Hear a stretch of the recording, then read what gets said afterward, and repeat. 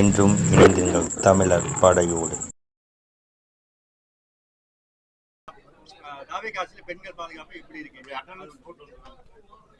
வணக்கம். பெண்கள் பாதுகாப்புன்னு சொல்ல போனோம்னா இப்போ வந்து சின்ன குழந்தைங்க முதல்ல இருந்து பெரிய வயசானவங்க வரைக்கும் பாலியல் துன்புறுத்தல் நடந்துக்கிட்டே இருக்குது. இதை வந்து சின்ன குழந்தைங்கன்னு எடுத்துக்கிட்டோம்னா 3 வயசுலேருந்து 80 வயசு கலவிங்க வரைக்கும் இப்போ பாலியல் துன்புறுத்தல் நடந்துட்டு இருக்கு. அதுவும் பார்த்தீங்கன்னா கிராமத்து சைடில் ரொம்ப அதிகமாக நடந்துட்டு இருக்கு. ஒவ்வொரு குழந்தைங்களும் இப்போ பயமாக தான் நடமாடிக்கிட்டு இருக்காங்க. இப்போ பெண் குழந்தைங்களை வந்து இப்போ சுதந்திரமாக வெளியே விடுறதுக்கு கூட கொஞ்சம் யோசிக்கிறாங்க. ஃபார் எக்ஸாம்பிள் சொல்லணும்னா எங்கள் வீட்டு பக்கத்துலேயே தாவேக்காவுடைய ரசிகர் தான் அவர் தாவேக்காவுக்கு தான் ஓட்டு போட்டாங்க. அவருக்கு 2 பெண் குழந்தைகள். அவங்க வந்து நைட் ஷிஃப்ட்டுக்கு போயிட்டு இருந்த குழந்தைக்கு இப்போ 2 மணி வரைக்கும் கூடவே இருந்து கூட்டிகிட்டு வராரு. காலையில் ஒரு ஷிஃப்ட்டு, மத்தியானம் ஒரு ஷிஃப்ட்டுக்கு 2 பிள்ளைக்கும் அவர் தான் போய் இருந்து கூட்டிகிட்டு வராரு. நான் கேட்டேன், கடையை அதுக்காக காலி பண்ணணும்னாங்க. இதுக்கு என்ன சொல்ல வரேன்னா, ஒரு பெண்களுக்கு கூடவே போயிட்டு கூடவே வர்ற அளவுக்கு தான் இன்னைக்கு வந்து பாதுகாப்பு இருக்கு தாவேக்கா ஆட்சியில. விஜய் சார் பொறுத்த வரைக்கும் என்ன சொல்லலாம்னா, இன்னும் அவர் வந்து இந்த சிங்கப்பெண் படைன்னு ஒன்று ஆரம்பிச்சிருக்காங்க. அந்த சிங்கப்பெண் படையை பொறுத்த வரைக்கும் என்ன சொல்லலாம்னா, அவங்க எந்த அளவுக்கு அதை கட்டமைச்சிருக்காங்க, எந்த அளவுக்கு அதை விரிவுபடுத்தியிருக்காங்க, எந்தெந்த இடத்துல அதை வந்து செயல்படுத்தியிருக்காங்க. நான் இது வரைக்கும் பார்த்ததுல ஒரு இடத்துல கூட நான் பார்த்ததே இல்லை. அவங்க எந்த இடத்துலையும் ரோந்து போன மாதிரியும் தெரியல. இது வந்து வீடு வீடாக போக வேண்டாம். அட்லீஸ்ட் அவங்க வந்து ஒரு கிராமமாகவும் ஒரு பகுதியாகவும், அந்த ஸ்கூல் பகுதியில், அப்புறம் வந்து இந்த கடைங்க இருக்க பகுதியில், பஜாரில், அந்த மாதிரி இடங்கள்ல, மெயின் ஸ்ட்ரீட்டில், மெயின் ரோட்லலாம் அவங்க வந்து இதை வந்து ஃபாலோ பண்ணாங்கன்னாவே போதும். அதெல்லாம் அவங்க செய்கிற மாதிரியே தெரியல. இத்தனை நாள் ஆகுது, நான் ஒரு நாள் கூட நான் அதை பார்த்ததே இல்லை. பெண் குழந்தைங்க, சின்ன சின்ன குழந்தைங்களாம் வந்து ஒரு ஆண்களை பார்த்தா ஒரு அன்பா அனுசரணையா பார்க்குற பார்வையெல்லாம் இப்போ இல்லைன்ற அளவுக்கு சூழ்நிலை மாறி போச்சு. இப்போ முன்னெல்லாம் அப்படி இல்லை.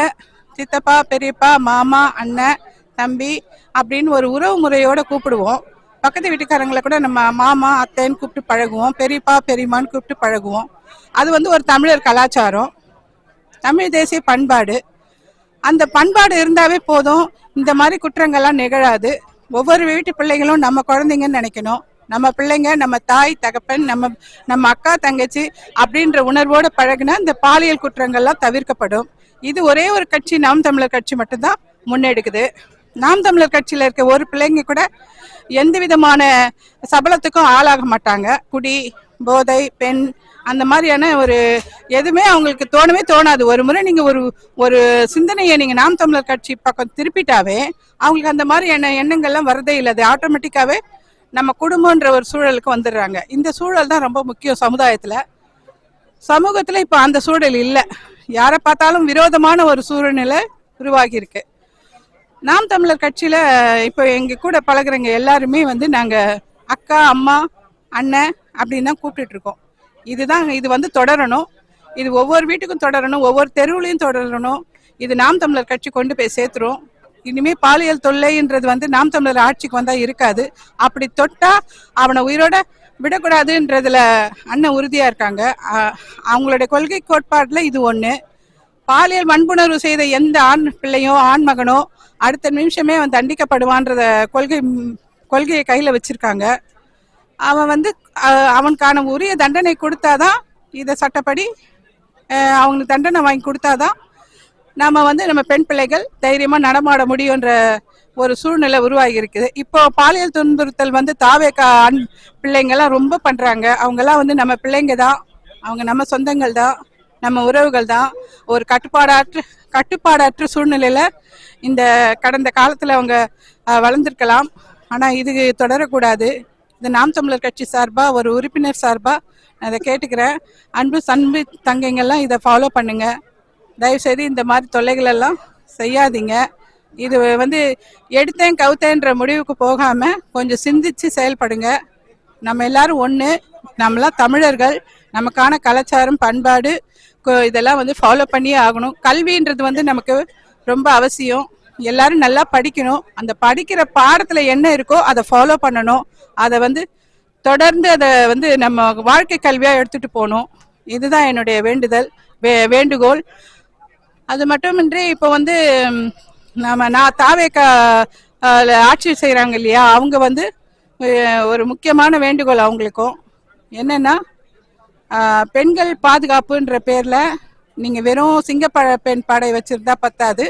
ஒவ்வொரு வகுப்பிலையும் அதற்கான கல்வி முறைகளை சீர்படுத்தி அவங்களுக்கு ஒரு ஒழுக்கத்தை கற்றுத்தரணும்னு வேண்டி கேட்டுக்கிறேன். இதெல்லாம் ஆரம்ப கல்வியிலேருந்து அடிப்படை ஹையர் எஜுகேஷன் வரைக்கும் அவங்களுக்கு அது அந்த உணர்வை ஒரு பாடத்திட்டத்தின் வழியாக ஊட்டணும்னு நான் கேட்டுக்கிறேன். அப்போ தான் நாடும் சீர்படும், நாமளும் நம்ம பிள்ளைகளும் நல்லா இருப்பாங்க. நன்றி, வணக்கம். அண்ணே வணக்கம்ண்ணே. இப்போ தமிழ்நாடு அரசு பேருந்து அப்படின்னு சொல்லி நம்ம அரசு பேருந்துலாம் ஓடுது. ஒரு 300 பேருந்து அரசு புதுசாக கொடுத்துருக்காங்க. இந்த தமிழ்நாடு அரசு பேருந்து அப்படின்ற பேர் வைக்கணும்னு சொல்லி நாம் தமிழர் கட்சிக்காரங்க நிறைய போராட்டங்கள்லாம் பண்ணியிருக்காங்க. அதை பத்தி உங்களுக்கு கருத்து என்ன? இது எப்படி அடுத்த பிள்ளைக்கு இவங்க எப்படி இன்சில் வச்ச கதையாயிருச்சு? இதை பத்தி உங்க கருத்து சொல்லுங்க. அதாவது தமிழ்நாடு அரசு போக்குவரத்து கழகம்னு தான் எல்லா அரசு பேருந்துகளையும் முதல்ல இருந்தது. திடீர்னு இந்த கடந்த திமுக ஆட்சியில என்ன பண்ணாங்கன்னா, புதுசா வாங்குற பேருந்துக்கு எல்லாத்துக்கும் தமிழ்நாடுன்றதை எடுத்துட்டு அரசு போக்குவரத்து கழகம்னு மட்டும் போட்டாங்க. காரணம் கேட்டதுக்கு இடம் இல்லைன்னு சொன்னாங்க. பஸ்ஸில் எழுதுறதுக்கு இடம் இல்லை, அதனால தமிழ்நாடுன்ற பேரை எடுத்துட்டோம்னாங்க. அதுக்கு முன்னாடி தமிழ்நாடுன்னு இருந்துச்சு இல்லை, அப்போ எப்படி இடம் இருந்துச்சு, அதே சைஸ் தான் பஸ் ஸ்டாண்டுன்னு கேட்டதுக்கு எந்த விதமான பதிலும் திமுக அரசு சொல்லலை. காரணம் என்ன? நாம் தமிழர் கட்சி என்ன சொல்லுச்சுன்னா, தமிழ்நாடுன்ற பேர் மேலேயே இவங்களுக்கு வெறுப்பு. ஏன்னா இவங்க திராவிட நாடு, திராவிட மொழின்னு சொல்லிக்கிட்டு இருக்கவங்க, இன்ன வரைக்கும் திராவிட முன்னேற்ற கழகம்னு பேரை வச்சுக்கிட்டு இருக்கவங்க. 5 மாநிலங்கள் பிரிஞ்ச பின்னாடியும் கூட அந்த திராவிடம்ன்ற பேரை விடலை. அதனால இவங்களுக்கு தமிழ்நாடுன்ற பேர் மேல ஒரு வெறுப்பு இருக்கு. அதனாலதான் எடுத்துட்டாங்கன்னு நாம் தமிழர் கட்சி எல்லா இடத்துலையும் போராடி அந்த பேரை திரும்ப எழுத வைக்கணும்னு சொல்லி போராடினாங்க. கடைசியில திமுக அரசு தூக்கி எறியப்பட்டுச்சு. தாவேக அரசு வந்த பிறகு தமிழ்நாடுன்ற பேரை எழுதிட்டாங்க. ஏன்னா எழுதாம விட்டாங்கன்னா இவங்களுக்கும் அக்கறையோட எழுதுனாங்கன்னு சொல்ல முடியாது. எல்லா பேருந்துலையும் இவங்க எழுதுறாங்களான்றதை கண்காணிக்கணும். புதுசா வாங்கின பேருந்துகள்ல தான் எழுதியிருக்காங்க. பழைய பேருந்துகள் பூரா தமிழ்நாடுன்ற பேர் இல்லாம அரசு போக்குவரத்து கழகம்ன்ற பேரை தான் இன்னமும் ஓடிக்கிட்டு இருக்கு. அதையும் தாவேக அரசு மாத்தி தமிழ்நாடு அரசுன்ற பேரை சேர்த்து எழுதுனாங்கன்னா அவங்கள உண்மையிலே தமிழ் பற்று உள்ளவங்கன்னு நாங்கள் கருதலாம். ஐயா, என்னோட இன்னொரு கேள்வி இருக்கு. இப்ப நாம் தமிழர் கட்சிக்காரங்க இந்த தமிழ்நாடு அப்படின்ற ஸ்டிக்கரை ஒட்டினாங்க. அப்ப ஒட்டினப்ப அவங்க மேலாம் கூட்டு போய் ஒரு வழக்கு எழுதி வச்சிருக்காங்க. அது இன்னும் வழக்கா வரல. இது வழக்கா வந்தா நாம் தமிழர் கட்சி வழக்கறிஞர் பாசோட செயல்பாடு எப்படி இருக்கும்? வழக்கா வந்தா நிச்சயமா நீதிமன்றத்துல அந்த வழக்கை எதிர்கொள்வோம். தாவேக அரசுக்கு எதிரான பெரிய போராட்டம் நடக்கும். ஏன்னா தமிழ்நாடுன்ற பேரை பேருந்தில் எழுதணுன்றக்காக தான் நடந்ததே இந்த போராட்டம். அதை இப்போ தாவேக அரசு 300 பேருந்துகள்ல எழுதியிருக்கு. மீதி இருக்க பேருந்துகள்லையும் தமிழ்நாடுன்ற பேரை எழுதணும் அப்படின்னு சொல்லி அந்த போராட்டமாக, வலிமை பெறும் போராட்டமாக நாம் தமிழர் கட்சி செய்யும். வழக்கறிஞர் பாசறை அதற்காக துணை நிற்கும். வழக்கையும் நம்ம எதிர்கொள்வோம். புதிய வழக்குகளும் தேவைப்பட்டால் தாவேக அரசுக்கு எதிராக பதிவு செய்யப்படும். சோசியல் மீடியாவில் அண்ணன் சொன்ன சில சட்ட திட்டம்லாம் வெளியே போய் சேரல, மக்களுக்கு சேரல. இதெல்லாம் ஊடகங்கள் தணிக்கை பண்ணிட்டான். ஊடகங்கள் தணிக்கையினாலதான் கிராமங்கள் தோறும் இந்த மணல்கள் மாநாடு, தண்ணீர் மாநாடு, மரங்கள் மாநாடு, இந்த மாநாட்டுடைய கருத்து என்ன, இவர் என்ன சொல்ல வர்றாரு, இலவச கல்வி எப்படி கொடுப்பாரு, இலவச மருத்துவம் எப்படி தருவாரு, இலவச தண்ணீர் இது எப்படி தருவாருன்னு ஊடகத்துல திரை போட்டு தமிழ்நாடு ஃபுல்லா சுற்றுப்பயணம் பண்ணி சொன்னார் சார். எந்த மீடியாவும் தரமான மீடியா எதுவும் மக்களுக்கு கொண்டு போய் சேர்க்கல. அதனால ஒரு கொள்கை என்னன்னே தெரியல. இருங்க சார், இத்தனை பேர் ஓட்டு போட நீ வேண்டாம் அப்படின்னு தாவேக சூஸ் பண்ணிருக்காங்க. விஜய ஆதரவு என்ன காரணம்னா, அவர் பரப்புரையில ரொம்ப தூரம் டிராவல் பண்ணல. ஒரு 7-8 இடத்துலதான் வந்தாரு. சில இடங்களை பேசல. ஏன் பேசலங்கிறதா கருத்து. இவரை பேச விடாம சொன்னது ஆரோக்கியதாஸ், ராஜ்மோகன். என்னன்னாக்க ஏற்கனவே விஜயகாந்த் பேசித்தான் கொலாப்ரேஷன் ஆயிப்போச்சு. நீ வாயை திறக்காத, ஏதாவது ஏட்டி முடி ஆயிரும், நீ முகத்தை மட்டும் காட்டிட்டு வாடா அப்படின்னு சொல்லி இவனை வழி நடத்தின ஆரோக்கியதாஸ், ராஜ்மோகன், லாட்ரி குரூப், ஆதவ அர்ச்சனா. இதுதான் டைட்டில். 3 பேரும் சேர்ந்து கார்ல ஏத்தி விட்டாங்க விஜய. எங்க போனாலும் கையை காட்டு, பேசாத, வாய் திறந்து பேசினா அதுக்கு பிரச்சனை ஆகி போயிடும். இதுதான் சார் ஃபண்டமெண்டல் ரைட்ஸ். சினிமா துறையில 10-29 வருஷம் தொடர்ந்து முகத்தை பச்சைப்புல ஒரு குடும்பத்துல புள்ள குட்டி எல்லாருமே தெரியும். விஜய் தமிழர் படையோடு.